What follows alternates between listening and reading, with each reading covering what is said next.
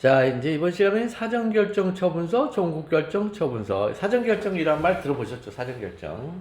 그러니까 이 종국결정 안에 요건으로 이제 들어있었어요. 이런 게 들어있는데 그 중에 하나를 빼내서 사전결정으로 빼낸 거예요. 근데 이거 빼내려면 법으로 빼내야 돼요. 내 마음대로 빼내는 게 아니라.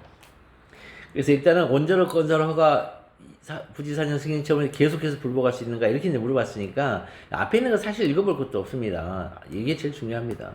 그게 10점밖에 안 되고 물어보면 그대로 한번 볼까요? 가본 원자력 건설허가 이외에도 부지사전 승인 처분이 계속 불복할 수 있는가 그대로 쓰고 와 관련하여 부지사전 승인 처분 원자력 건설과의 관계가 문제돼요. 관계만 보시면 그러니까 이 부분은 관계로 접근한다. 관계로. 그러니까 이렇게 쓰는 방식을 알고 계셔야 돼요. 여기는 문제 소재에 관계로 접근한다. 그러면 부지사전 승인 처분과 원자로 건설허가의 관계. 자, 원자로 및 관계시설의 부지사전 승인 처분은 그 자체로서 건설 부지를 확정하고 사전공사를 허용하는 법률 효과를 지닌 독립한 행정처분이다. 이거 사실 사례형으로 주거든요. 이거 줘요. 법조문 있어요. 법조문에 이렇게 하라고 나와요. 그런데 문제는 이 뒤에가 이제 판례가 말하는 거예요. 건설 허가 전에 신청자의 편의를 위하여 미리 원자로 건설 허가의 일부 요건을 심사하여 행하는 사전적 부분 건설 허가 처분 성격을 갖고 있는 것이다. 그죠? 그러니까 일부 요건 원래는 원자로 및 관계시설에서 있잖아요. 원자로 및 관계시설 건설 허가 처분에서 부지 있잖아요. 부지의 타당성까지도 같이 검토를 해야 되는데 그것까지 하면은 시간이 너무나 오래 걸려요. 신청자의 편이 너무나 오래 걸려서 일단은 땅부터 한번 제대로 해놔. 땅부터. 그래서 먼저 부지 있잖아요. 이 부지 요건을 있잖아요. 빼내버린 거 앞에다 부지 요건을 빼내고 나서 이제 건설가 일부 요건을 심사하여 행하는 사전적 부분 건설가 처분 성격을 갖고 있는 거다. 여기서 핵심어들이 나왔어요. 사전적 부분이란 말. 그러면 사후적으로 이제 온전한 건설가 처분이 나오면 어떻게 되지? 자, 그래서 나중에 온전한 그 일부 요건, 즉 요건 안에 원래 들어 있었어야만 했던 원자로 및 관계 시설의 건설가 처분이 있게 되면 어떻게 된다? 사전적인 것들 이것들이 전부 다 그 건설가 처분에 흡수되어 독립된 존재 가치를 삭실한다. 흡독상한다. 상실한다. 이렇게. 됐죠? 산의 경우 건설허가 일부 요건을 심사행하는 사전적 부분 건설허가 처분 성격을 갖고 있는 부지 사전 승인 처분에 관한 소송이 계속 중이던 이 1997년 계속 중이던 1997년 6월 13일 한국전력공사는 건설허가 처분을 받았으므로 계속 중이었을 때 받았으니까 부지 사전 승인 처분은 원자로 건설허가 처분에 흡독상 흡수되어 독립된 존재 가치를 상실한다. 그러니까 어디로 들어간다는 거예요? 원자로 건설허가 처분의 요건으로 다시 지자리에 찾아 들어간다. 지자리에 찾아 들어가니까 흡수돼서 들어가는 것밖에 더 있나요? 그죠? 설문 해결 부지 사전 승인 처분은 원자로 건설허가 처분에 흡수되었으므로 갑은 원자로 건설허가 이후에도 부지 사전 승인 처분에 대해 계속해서 불복할 수는 없다. 계속 불복하면 이제 부족부 수가 나오니까요. 야, 이때는 뭐 하면 되죠? 이제 재판관님이 저거예요. 청구병합을 해요. 청구병합. 소변경이 아니고 소변경이 아니겠죠. 아니면 처분 변경에 의한 소변경 하겠네. 22조에 처분 변경에 의한 소변경을 하게 됩니다. 자, 그 다음에 반복된 처분서. 이 작위 처분서는 계고 처분을 말해요. 계고 처분서의 반복이 있고, 그 다음에 2번은 거부 처분서의 반복이에요. 거부 처분서의 반복. 그러니까 반복이 처분서가 두 개가 될 수 있어요. 두 개. 자기 처분서의 반복. 자, A시장은 건물 소유자인 갑에게 건축법 79년 행정대입법 3조에 따라 동 건물이 무허가 건물이라는 이유로 일정 기간간 철거하라 명함과 아울러 불이행할 때는 대집행한다 는 내용의 계고를 했어요. 이 말은 뭐냐면 아울러 명함과 아울러 이 말이 무슨 뜻이에요? 계고서 한 장을 했다 이런 뜻이에요. 이게. 그 갑이 불응하자 다시 2차 계고서를 발송하여 똑같은 말 떴어요. 일정 기간까지 자진 철거하라. 그 다음에 불이행하면 대집행한다. 이런 내용을 고지했어요. 그러나 갑은 동건물이 무가 건물이 아니라고 다투고 있다. 이런 건 의미가 없고. 자, 갑은 이 계고에 대하여 치송을 제기하려고 한다. 계고의 법적 성질을 논해라. 법적 성질을 논하고, 자, 소송의 대상이 되는 계고가 어느 것인지를 검토하시오. 자, 계고의 법적 성질은 있잖아요. 계고의 법적 성질은 원래 뭐예요? 원래 계고 통지죠, 통지. 학공 통사할 때 통지예요. 그런데 이 계고가 그 말 그대로 통지인가요? 아니죠. 안에 뭐가 들어있냐면 자진철거하라라는 자귀하명이 들어있어요. 이게 문제가 되는 거예요. 자, 봅시다. 문제 소재, 계고에 대한 시송의 제기와 관련하여 갑의 계고의 법적 성질을 물어봤죠? 행정법 제13조와 동법 제2조 제1항 제1호의 치송의 대상이 되는 처분. 이게 법적 성질이, 이게 치송의 대상이 되는 처분자가 법적 성질이에요. 그렇다면 소송의 대상이 되는 계고가 오는 거냐? 즉 제1차 계고와 제2차 계고. 이게 법적 성질, 소송의 대상이 되는 처분이 맞다면 그럼 1차 계고와 2차 계고 중에 뭐가 소송의 대상이 되는지 이렇게 이제 물어본 거예요. 매우 논리적이죠. 그럼 치송의 대상이 되는 처분 여부. 자, 치송의 대상이 되는 처분은 원칙적으로 행공특법권역이 국권, 직관, 사안의 경우. 자, 계고라는 이 계고를 보면요.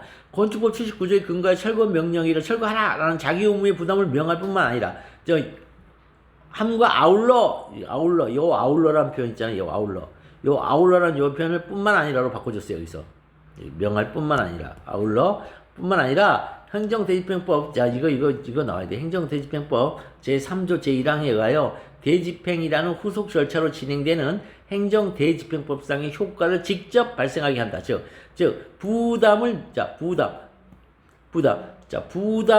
명할 뿐만 아니라 권리 설정 또는 의무의 부담을 명하거나, 여기에 해당하죠.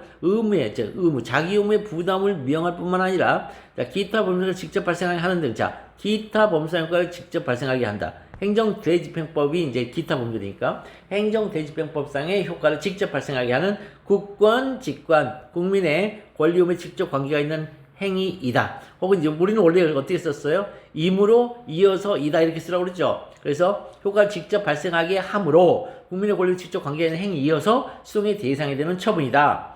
이 계고의 법적 성질은 시송의 대상이 되는 처분이다. 이제 법적 한 번 더 써주고, 철거 명령은 강학상 하명이고 계고는 강학상 준법률행위적 행정행위다. 이거 둘 다 행정행위죠. 자, 그렇다면 이 둘 중에 뭐가 시송의 대상이냐 그랬더니, 자, 건물의 소유자에게 이법 건축물을 일정 기간까지 철거할 것을 명함과 아울러 불행할 때에는 대집행한다는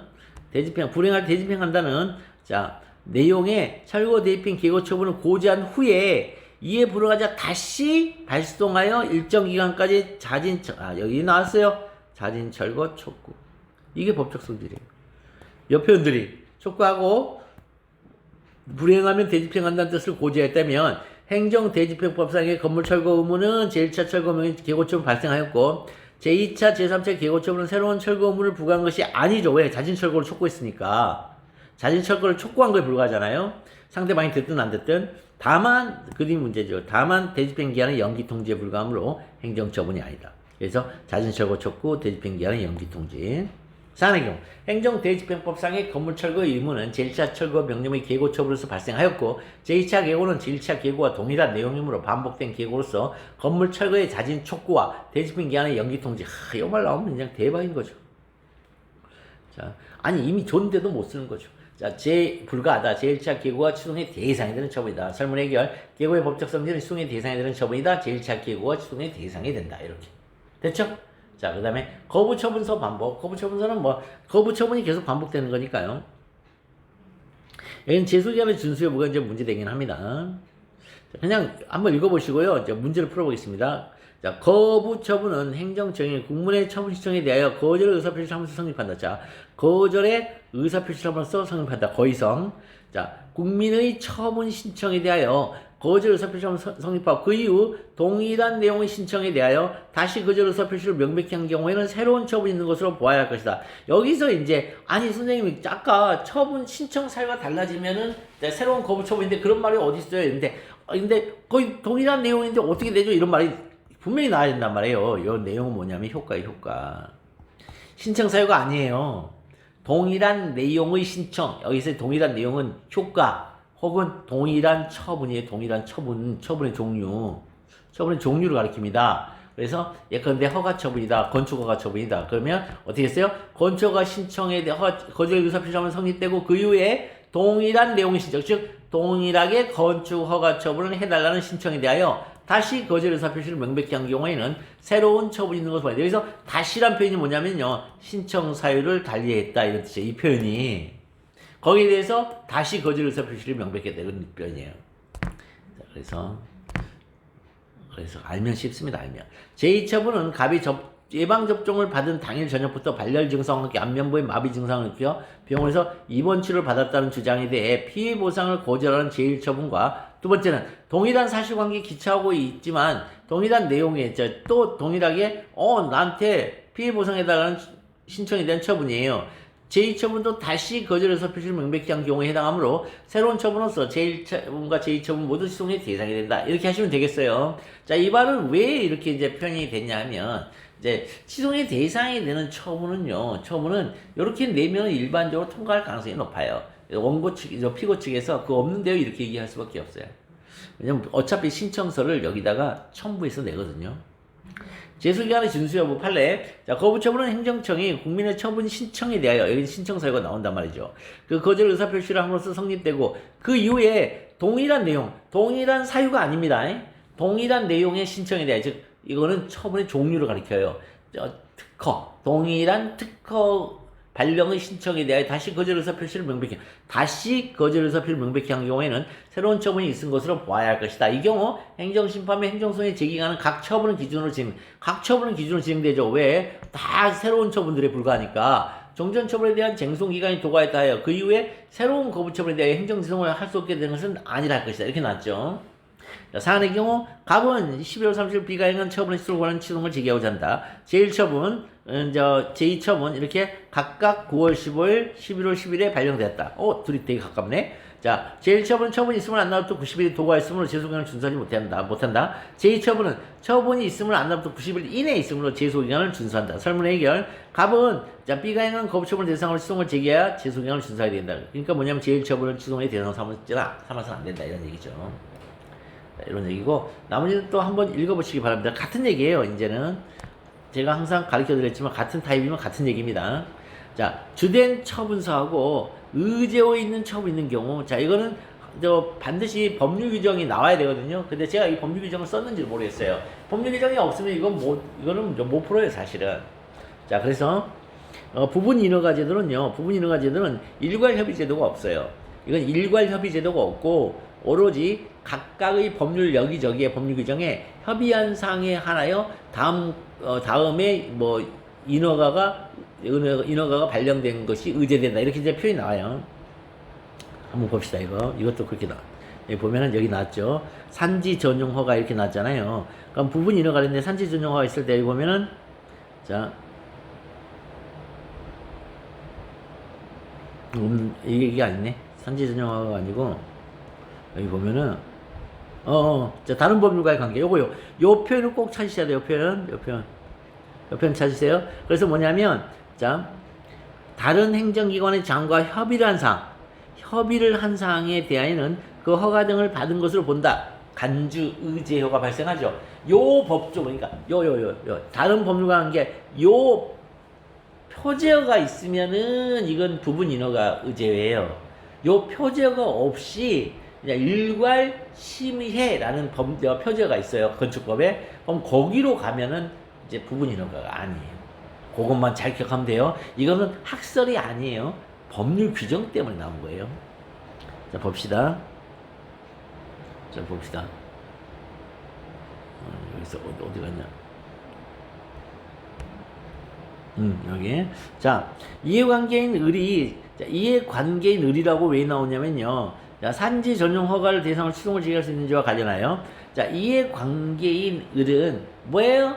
내가 처음에 직접 상대방이 아니란 얘기죠. 그러니까 이해관계인이라고 굳이 여기다 낸 이유는 뭐냐면 얘 원고 될 수 있어 이런 뜻이에요.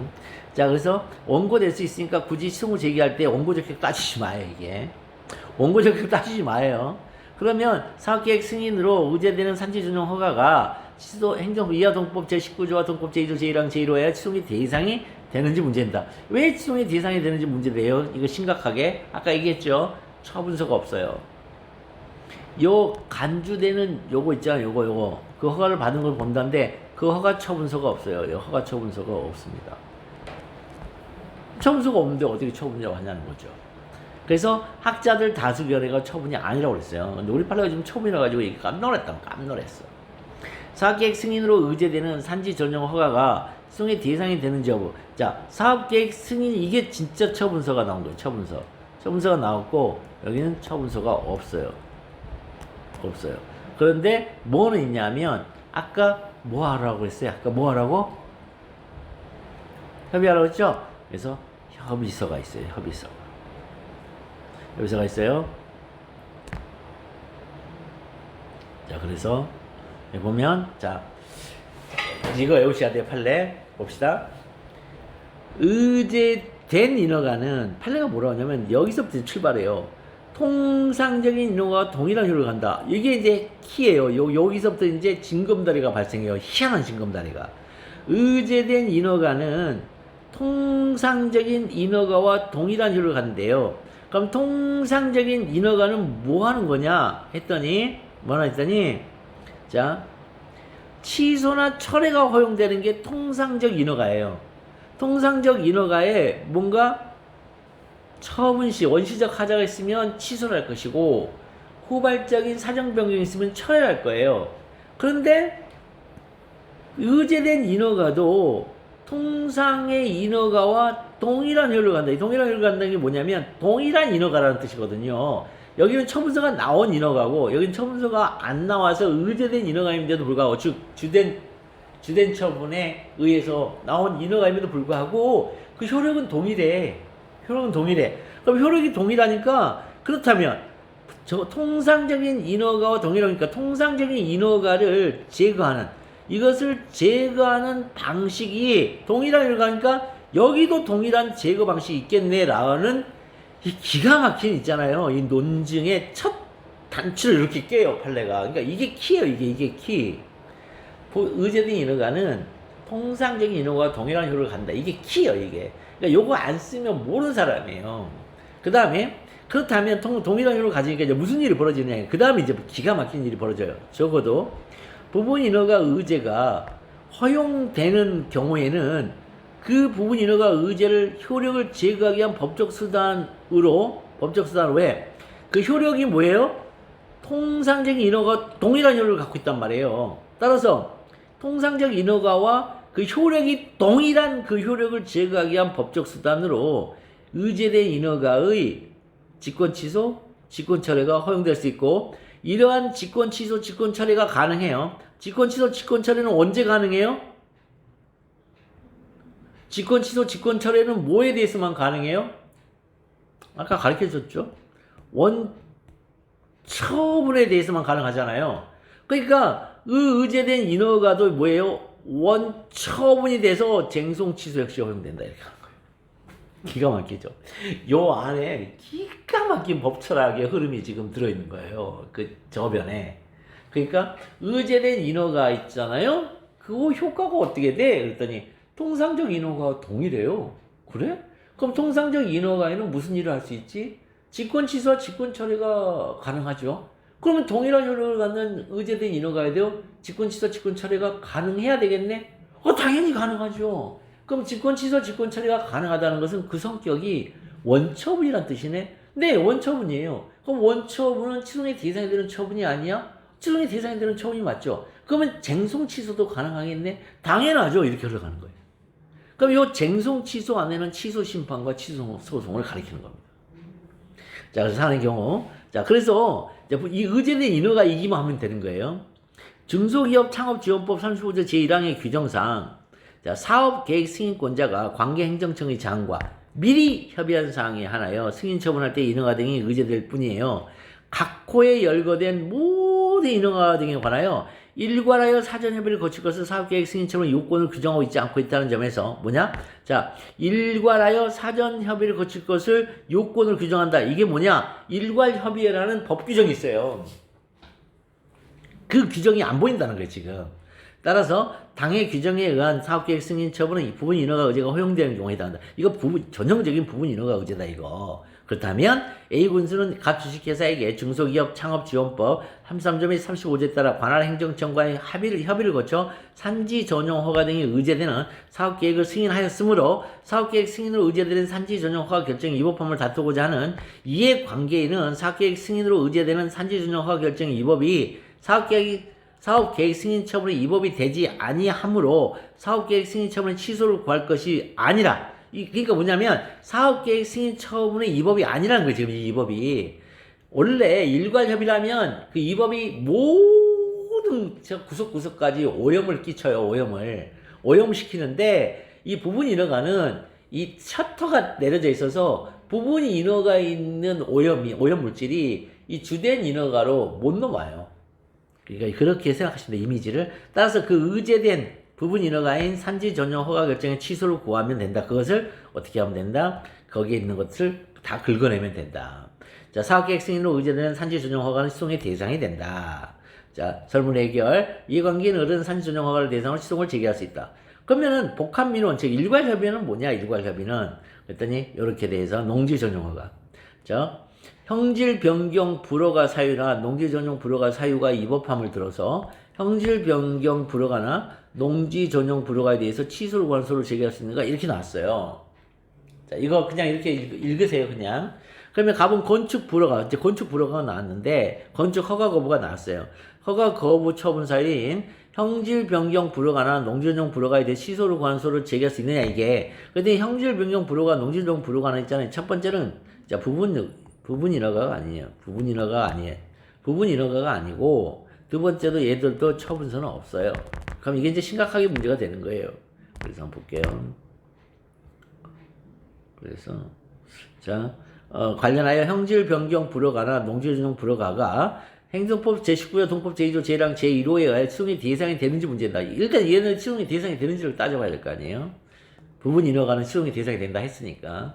자, 그래서 판례 건축 불허가 처분을 하면서 자, 그 처분 사유로 건축 불허가 처분 사유로 뭘 들었냐면 건축 불허가 사유 또 들었고 뿐만 아니라 형질 변경 불허가 사유나 농지 전용 불허가 사유를 들고 있다고 하여 그 건축 불허가 처분 외에 별개로 형질 불허가 처분이나 농지 전용 불허가 처분이 존재하는 게 아니다. 이 말은 무슨 뜻이냐면 이거 들어보셨어요? 집중요에 지금 집중요. 그러니까 부분 인허가는 집중요가 없어요. 그러니까 집중요가 있긴 해도 그 위법이 넘어오질 않아요. 근데 여기 일괄협의는 집중요도 있을 뿐만 아니라 그 일괄협의에서는 이미 넘어와 버리네요. 오염이. 산의 경우 건축 불허가 처분하면서 그 처분 사유로 건축 불허가 사유뿐만 아니라 형질 변경 불허가 사유나 농지 전용 불허가 사유를 들고 있다 하여 이게 이제 거부 처분 사유예요. 처분 사유. 첫 번째, 두 번째, 세 번째 모두 다 어디 있어요? 건축 불허가 처분서 안에 들어 있어요. 이게. 뭐 사실상 근거로 혹은 법률상 근거로. 따라서 그 건축 불허가 처분에 별개로 형질 변경 불허가 처분, 농지정 불허가 처분이 존재하는 것이 아니라 왜? 처분 문서가 없다. 첫 번째. 건축 불허가 처분 사유인 형질 변경 허가나 농지정 불허가는 자 형질 변경 불허가나 농지정 불허가는 추정의 대상이 되지 않는다. 이것 자체는. 설문 해결. 자 가본 형질 변경 불허가나 농지정 불허가에 대해서 취소 관소를 제기할 수가 없다. 이렇게 돼 있습니다. 자, 원고적격 같은 경우는 이제 누누이 말씀드린 수범자 이론하고 제3자의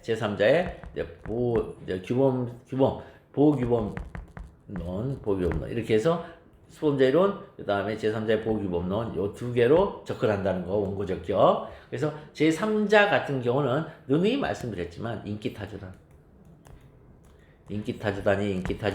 이게 있고 그 다음에 노이야가 있고 그 다음에 또 여기는 이제 이건 사람이 아닌 이제 유승준에서 유승준 대한민국 선관위. 그래서 여기는 외국인, 그 다음에 여기는 대한민국은 국가인 공법인, 그 다음에 이거는 국가기관 3인방. 그 다음에 여기는 인기타주단 노이야. 인근주민, 기존업자, 타방시청인, 주주, 그 다음에 단체, 그 다음에 노점상, 법인 이사, 아파트 주민. 그래서 인기타주단, 노이야, 유대선. 세상 이것만 알면 있잖아요. 대박. 진짜 쉬운 거죠, 여기는. 수범자 이론은 침입적 처분의 직접 상대방은 100% 원고고 수익적 처분의 직접 상대방은 100% 원고가 아니다. 이게 수범자 이론이에요. 그러면 이제 여기서 이제 조금만 얘기하면 자, 원래는 여기까지 이제 들어가서 검토하는 게 목적이에요. 검토가. 그럼 이 검토 들어가기 전에 여기에 뭐가 있어야 돼? 판례가 있어야 돼. 판례가 뭐가 있어야 되냐면 얘네들을 법률상 보호되는 이익이 필요한 자로 구성하는 게 일단 중요하고 그 다음에 일이 들어가잖아요. 그러면 여기에 인근 주민의 법률상 이익을 판단하는 판례, 기존업자의 법률상 이익을 판단하는 판례, 타방 신청인의 법률상 이익을 판단하는 판례, 주주의 법률상 이익을 판단하는 판례, 그 다음에 단체, 진정단체, 부진정단체 소송이라고 들어가면서 학설상 들어가는 그 판례, 여기도 판례가 있어요. 여기 판례가 다 있어요. 그 다음에 이 노이안을 한꺼번에 묶어서 이제 제3자로 묶는 판례가 있어요. 그 다음에 그래서 여기서 이렇게 넘어가서 있단 말입니다. 근데 또 여기서 이렇게 넘어가는 것도 있어요. 이쪽으로 넘어갈 때 여기에 판례, 여기서 이 판례 문구도 달라져요. 여기는 근간부 계직구예요. 이 판례가 근간부 계직구로 넘어가잖아요. 근데 여기는 일로 넘어갈 때 근간부 계직구로 근간부 계직구보다는 처분의 상대방인지 여부를 불문하고 그 표현이 훨씬 좋아요. 그 다음에 이제 외국인인 경우에 법률상이, 대한민국인 경우에 법률상이, 그 다음에 성관인 경우에 법률상이 이렇게 해서 법률상 이익을 논증하는 게 치동의 원고 적격이에요. 이 부분은 우리가 좀 자세히 잘 했기 때문에 굉장히 잘했다고 저는 속으로 생각하고 있어서 여기가 제일 잘 가르친다. 제가 제일 잘 가르친 데가 치동의 대상 적격하고 원고 적격하고 협의설계예요. 이건 제가 제일 잘 가르쳐요. 그 다음에 또 처추변하고 사실은 다 잘 가르쳐요. 자, 그래서 오늘은 조금 일찍 끝난 감이 있지만 여기서 마치고 지금까지 했던 치동의 대상 적격 계속해서 유튜브에 올려놓을 테니까 반복 학습해서 머리를 빨리 원래 수준으로 올리시기를 기대하겠습니다. 수고하셨습니다.